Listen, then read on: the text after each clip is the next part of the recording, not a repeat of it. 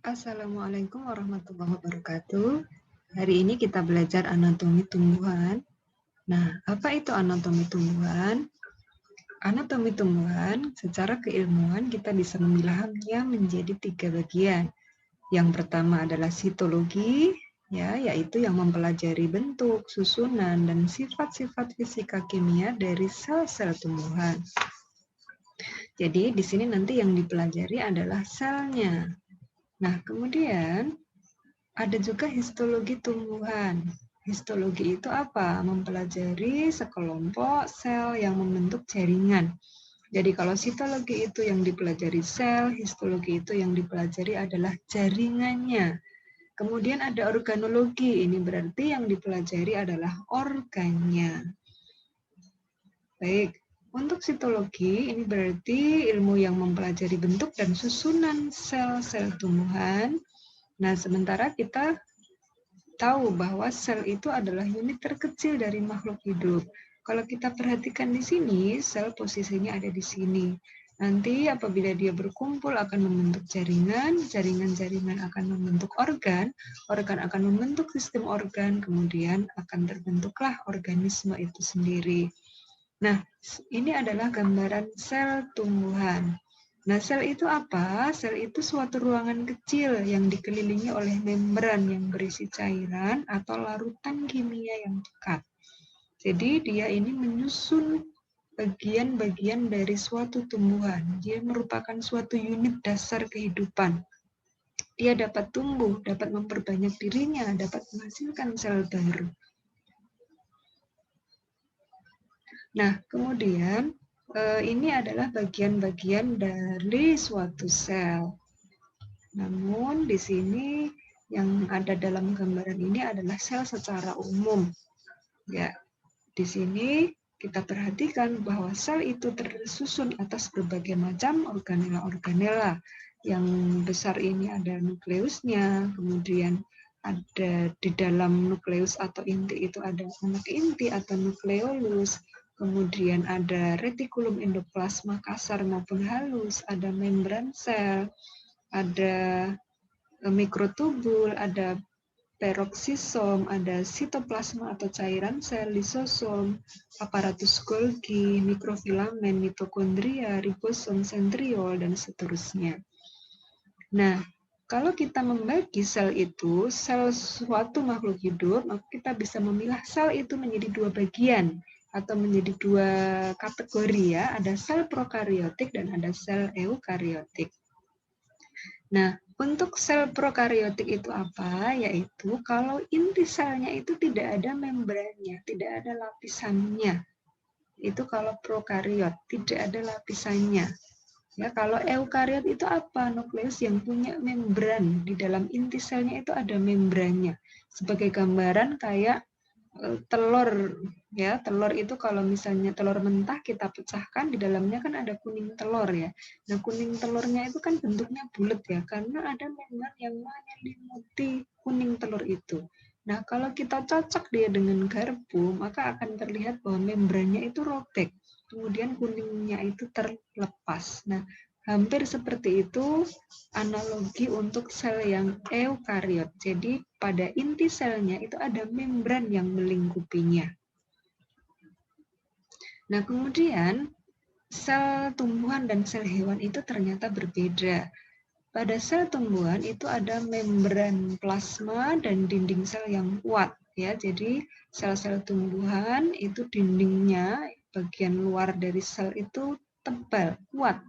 Ya, tapi kalau sel hewan itu hanya membran saja, tidak ada dinding sel yang tebal. Kemudian yang kedua, adanya plastida. Jadi tumbuhan itu punya organel yang namanya plastida, sedangkan hewan itu tidak punya. Kemudian adanya vakuola. Jadi tumbuhan itu punya vakuola yang besar gitu ya, lingkaran yang besar yang bahkan mungkin lebih besar daripada organel-organel lain. Kemudian sel hewan itu ada tetapi kecil saja.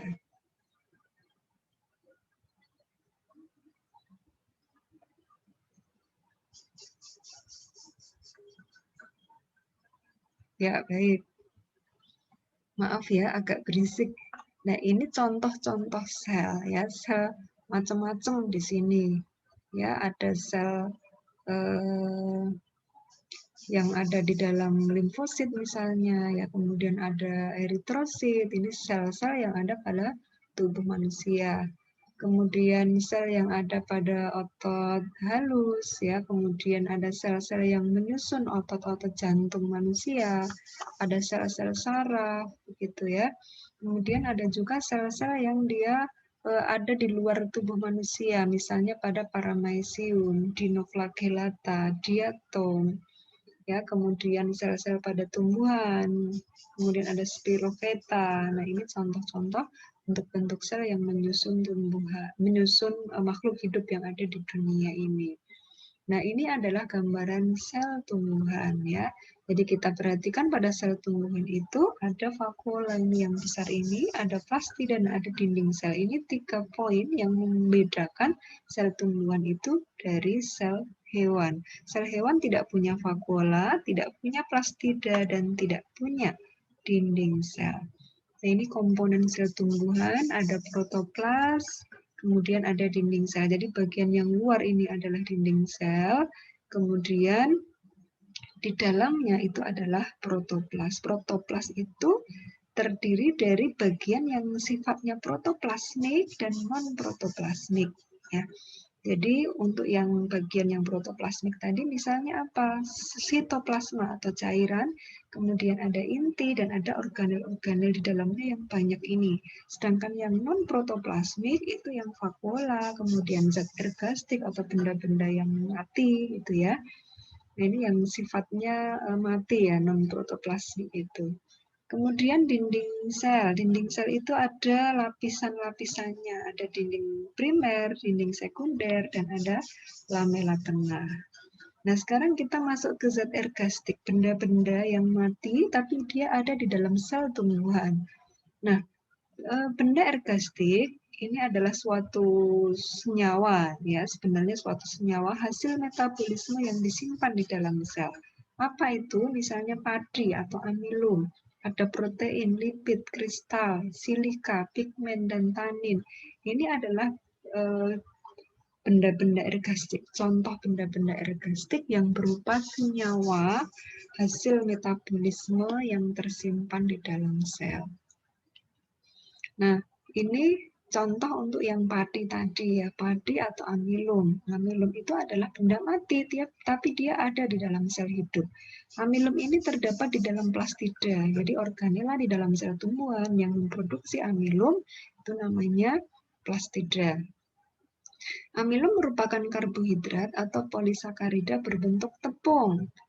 Nah, ini kalau plastida itu dia bisa memproduksi amilum, maka disebut amiloplas. Ada leukoamiloplas dan ada juga kloroplas. Leukoamiloplas kalau dia menghasilkan amilum cadangan makanan, dia berwarna putih ya. Kalau kloroplas berwarna hijau, dia menghasilkan amilum ya atau jenis karbohidrat yang merupakan hasil asimilasi. Nah, ini amilum-amilum yang ada di dalam sel tumbuhan ya.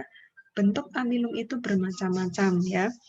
Maka tumbuhan-tumbuhan penghasil amilum itu sangat banyak. Misalnya apa? Tanaman jagung, tanaman padi itu di dalam butir buahnya itu ada amilumnya.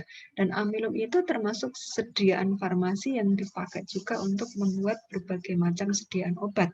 Misalnya untuk bahan tambahan pada tablet maupun bahan pengisi kapsul. Nah, bagaimana bentuk amilum?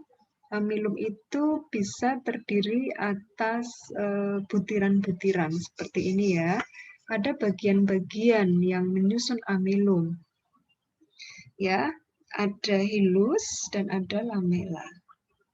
Nah, seperti ini ya gambaran untuk amilum. Ada hilus atau titik pusatnya ini ya, kemudian ada lamela yaitu garis-garis yang terlihat seperti lapisan-lapisan. Ya, ini lapisan-lapisan. Kalau ini gambar animasi ya, jadi terlihat ini sebagai lapisan-lapisan.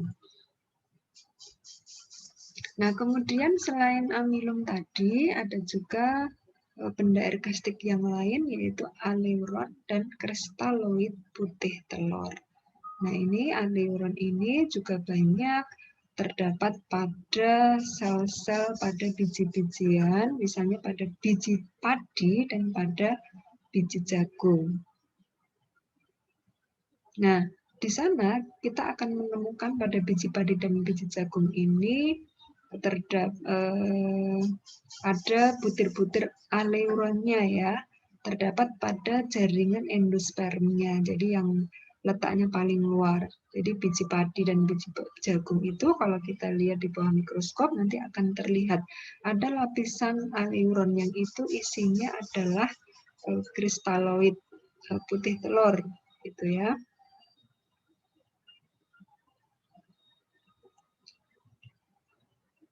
Nah, ini gambarannya ya, butir-butir aleuron seperti ini.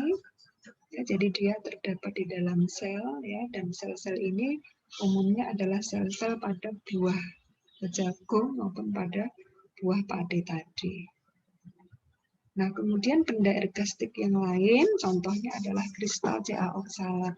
Nah, kristal ini memang berbentuk kristal, ada yang bentuknya pasir, ada yang bentuknya drasen atau prisma, ya.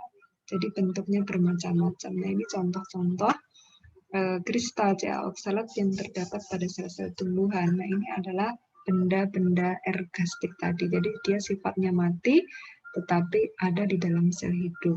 Kemudian ada juga benda ergastik yang bersifat cair. Nah, ini umumnya contohnya yaitu ada jenis cairan asam organik ataupun yang dia terlarut di dalam sitoplasma ya, bisa berupa karbohidrat, protein, lemak, zat tanin, antosian, alkaloid. Nah, ini adalah contoh juga benda ergastik namun berbentuk cairan. Baik, itu sebagai pengantar untuk sel. Terima kasih. Assalamualaikum warahmatullahi wabarakatuh.